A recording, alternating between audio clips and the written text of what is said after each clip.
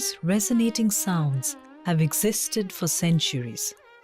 They have the power to evoke a gamut of feelings: anxiety, joy, remorse, pleasure, pain, all at the same time. These sounds amalgamate to create what we know as Carnatic music.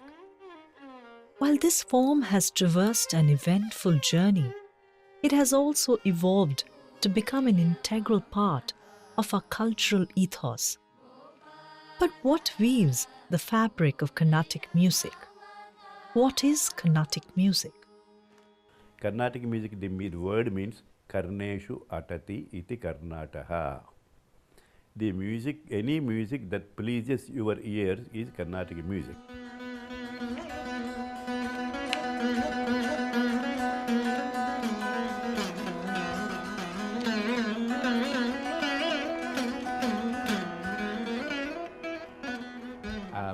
Carnatic music is completely a distinct sound in terms of the way the melody moves, the way the melody has an identity when it moves. Well, I think the core of Carnatic music, as I see it, is the bhava element.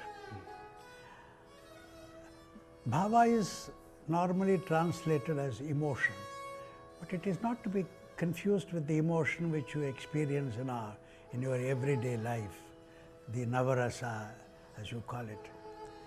The only emotion connected with music is an emotion of joy, pure, unalloyed joy.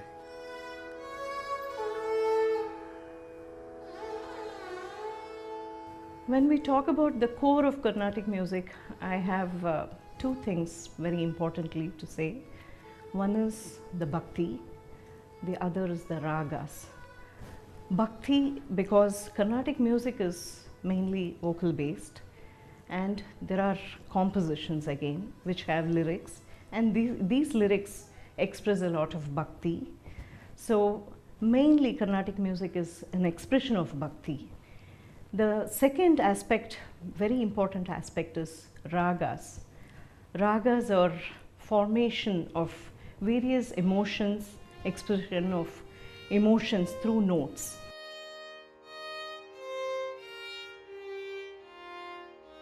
While the bhava, the bhakti, or reverence towards gods and goddesses create both the core and boundary of this form of music, it is the swara, the notes that create the basis of a raga or a composition in Carnatic music.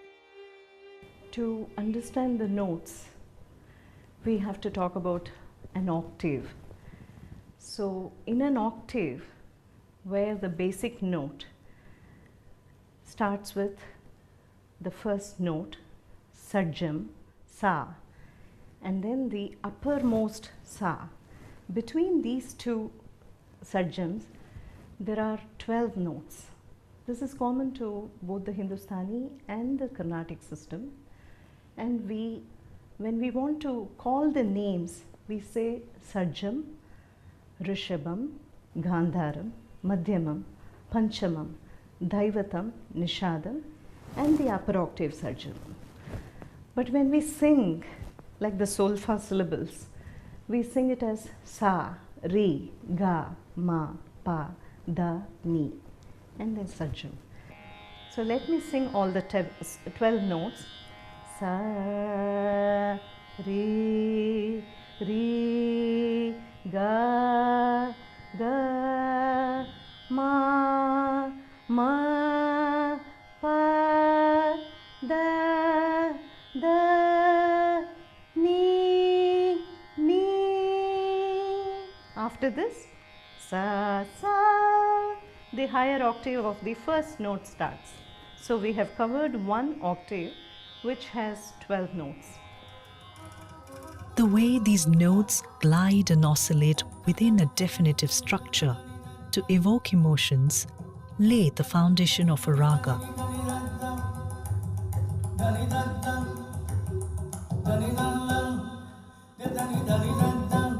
Ornate in construct and context, each raga carefully adds or omits notes to express an identity that is unique to itself.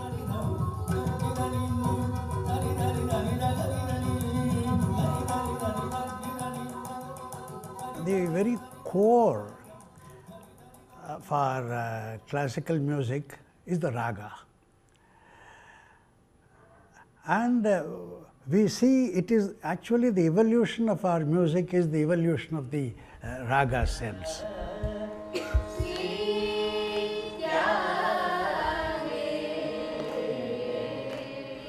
First, raga is not a vague idea. It's a very definitive idea. But it is not an idea that is constructed out of logic or rationality.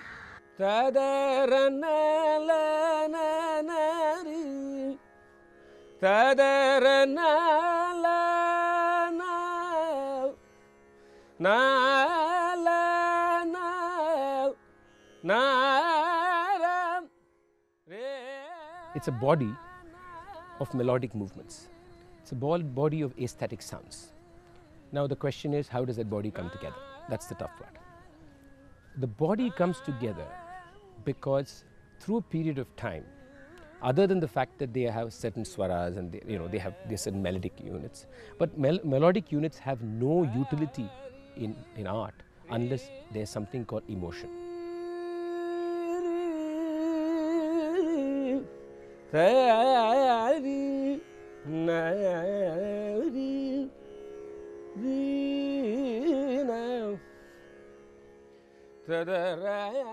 And every raga has a mood. It has a certain format, of course, a kind of a, shall we say, a swarupa. For every raga, there is a jiva swara. There are jiva swaras, I would say, and you have to touch on them, you have to dwell on them, and you have to know what is right in a raga, to hold the note, or to sometimes, like it's Kalyani, okay? Immediately you know.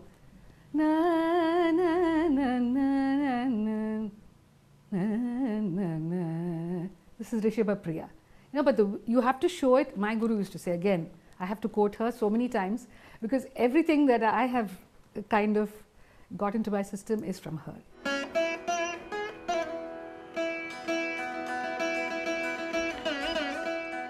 Carnatic music, it is said by the maestros, is a body of music that is embellished with intricate compositions. Various composers added their own beads with different hue and texture to the garland called Carnatic music. Its present form, as we recognize today, is the amalgamation of the works of these great composers.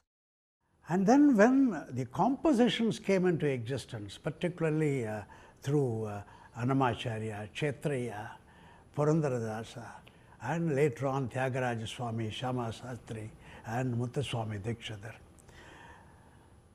these people composed their kritis, so to say, their songs, again prayer to Lord Almighty.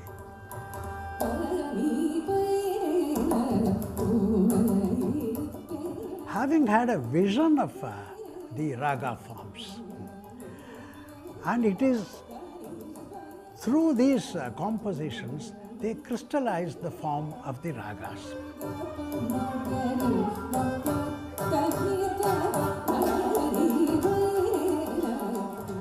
The father of Carnatic music, Purandaradasa, who belongs to the 15th century. So I should say the Carnatic music itself took a definite shape during his period. After that comes the golden period during the 18th century, when we have the Trinity composers, Saint Tyagaraja, Muthuswami Dikshitar and Shyama Sastri. The kritis and kirtanas, the compositions started very seriously from the Trinity period. Most of the compositions that we render today in concert is from the Trinity compositions.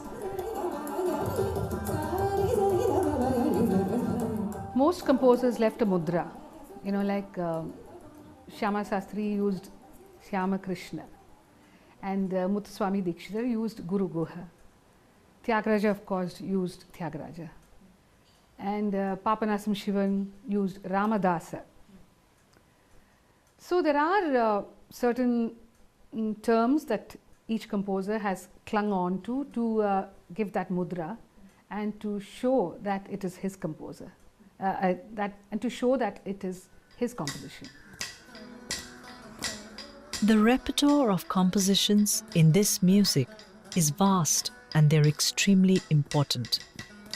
Composition is what constructs the core of Carnatic music. Varnams, kritis, kirtanas, javalis, padams, tilanas, all that are diverse compositional manifestations, give the music its identity. But what are these forms exactly? Any Carnatic music performance is centered on one compositional form, which is the kirtana or kriti as referred to. All concerts will predominantly have a lot of kirtanas. Kirtanam comes from the word Sankirtanam, which is basically devotional music. So there is not so much importance to the melody. It is the lyrics which are very predominant.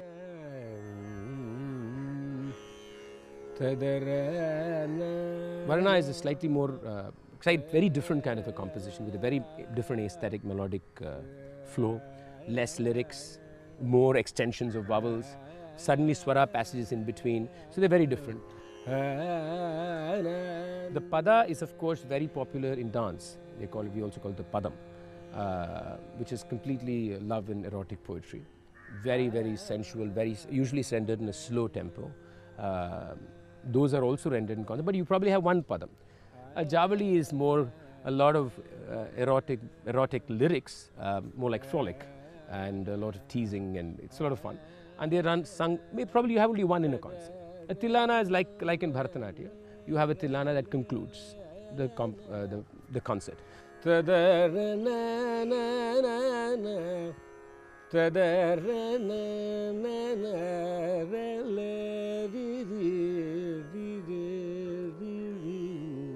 But the majority of compositions are kirtanas.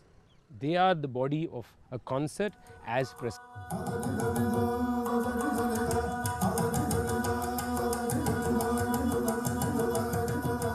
Another unique form of rendition is the ragam, tanam, pallavi, a form that begins with melodic fluidity and ends with a rigid rhythmic structure.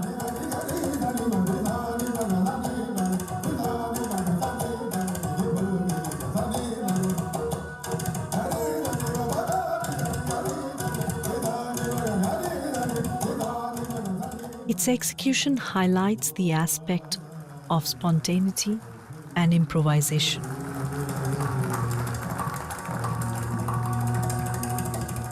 It is often considered as a true test of a musician's technical and musical abilities.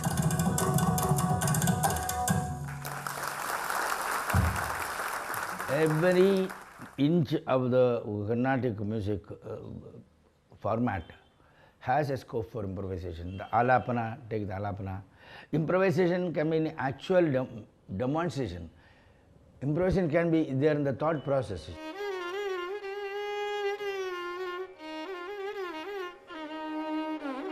And when you concentrate on the raga, it's of course the manodharmic aspect, the creative, the imaginative aspect, and there lies the challenge for every artist.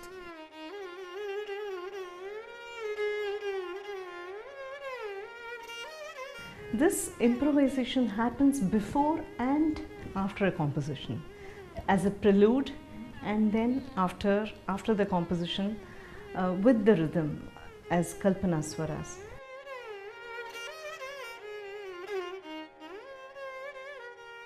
Within the structure is embedded the possibility of singing an alapana. You sing an alapana, you sing a neraval, you sing a kalpana swara.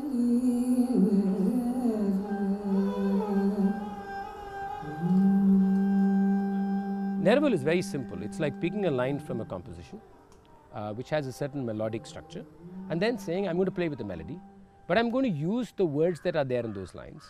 Because when we sing the neraval, which is an on-the-spot improvisation of one particular sentence in the composition, you know, you're not supposed to change the seating, or shall we say, where each part of the lyric comes. Like I'll give you an example.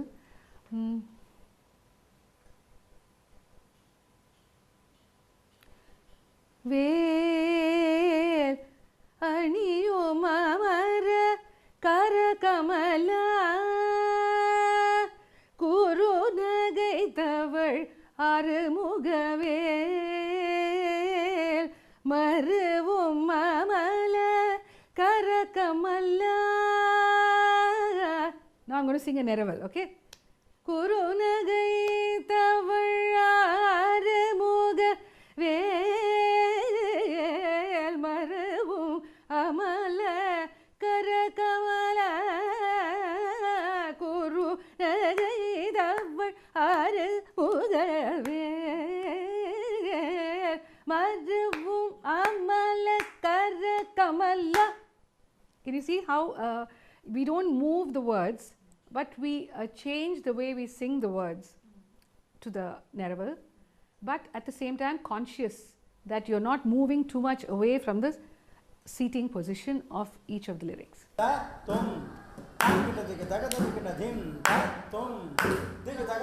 What binds Carnatic music together is its tala system. It is the tala system that lends rhythm to the melody and gives the form a sense of movement.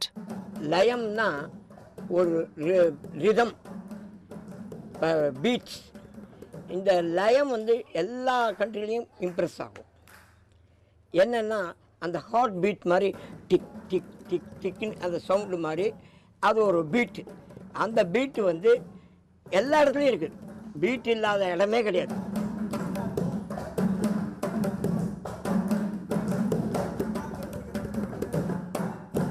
Tala is a very important aspect, and this rhythmic aspect has to be kept to the gate. You know, like takadimi, takadimi, takadimi, takadimi. That has to be the gate through the composition.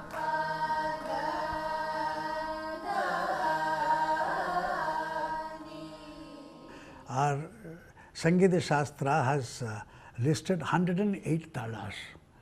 It's quite a challenging number. But then the talas in vogue are maybe much fewer. We have Mishram, Khantam, Sankirnam, Triputatalam, and Adi Tala is the most common tala. 1, 2, 3, 4, 5, 6, 7, 8. And of course Rupakam, then Mishra Chapu, Takkitta, Takkadimmi, and then we have Takka, Takkitta, which is Khanta Chapu or Jampatala.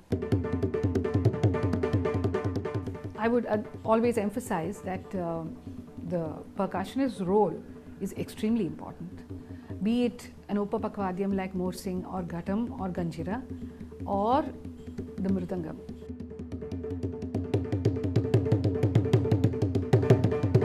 In Carnatic music, the role of the mridangam player is much more.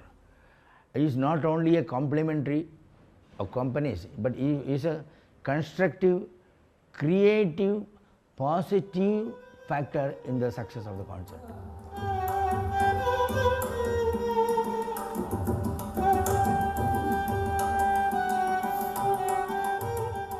The beauty of the mridangam is that, and he has always said that, Bharata said that the most what you call flexible instrument for can be used for any situation. And it is full of tonal what you call colors. And the bass is on the left. Ta, ti, dum, nam. Like that, no? See, the dynamics play, as you teach, you can do that. With how the inflection goes in the voice, you can get the instrument. The flow of the talang, utarikita. Lam is chapu, call it chapu. Talang, utarikita, rika chaka, tarikita. Riddum, tarikita, rika chaka, tarikita.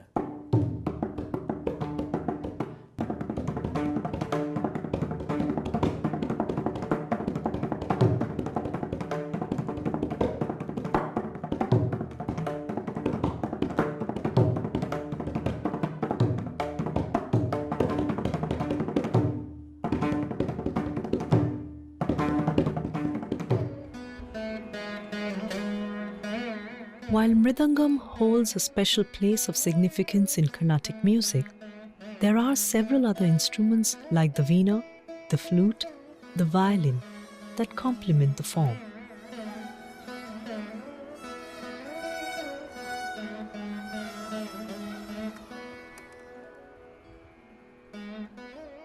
Carnatic music, along its journey of evolution, has embraced numerous different facets. The concept of Bani, or a school of thought, is an aspect that it has nurtured and preserved over time. Bani is characterized by several factors: the artist's approach to a composition, expression, emotion, and technique. The Lalgudi Bani itself focuses a lot on bhava and aesthetics. In whatever we do, even when we approach a very intricate laya pattern, it is always soaked in melody. You find that M.S. Bani, it has a lot of bhakti and devotion to the songs. The attention to detail is simply immaculate. And while Samangudi's Bani is more, it's kind of what we call the Sarvalaghu while singing the Swara Kalpanas, while we sing the Kalpana Swaras.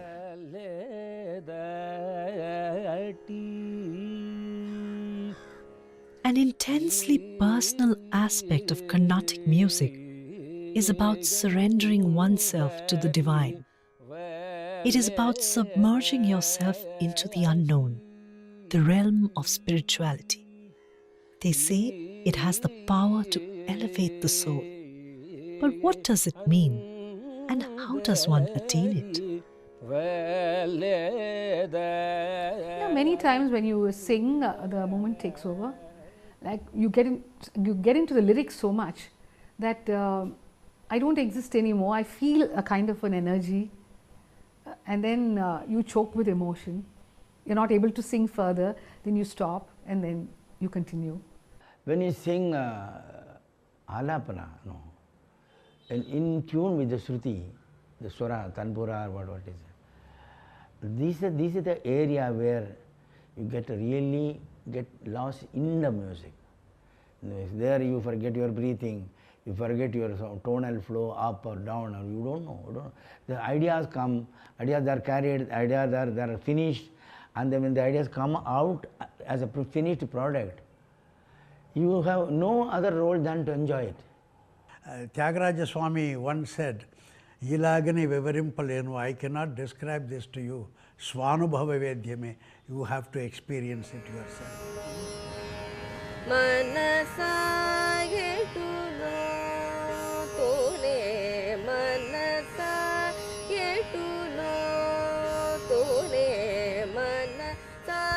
Carnatic music has stood the test of time, and the reverence for the form will always keep it alive.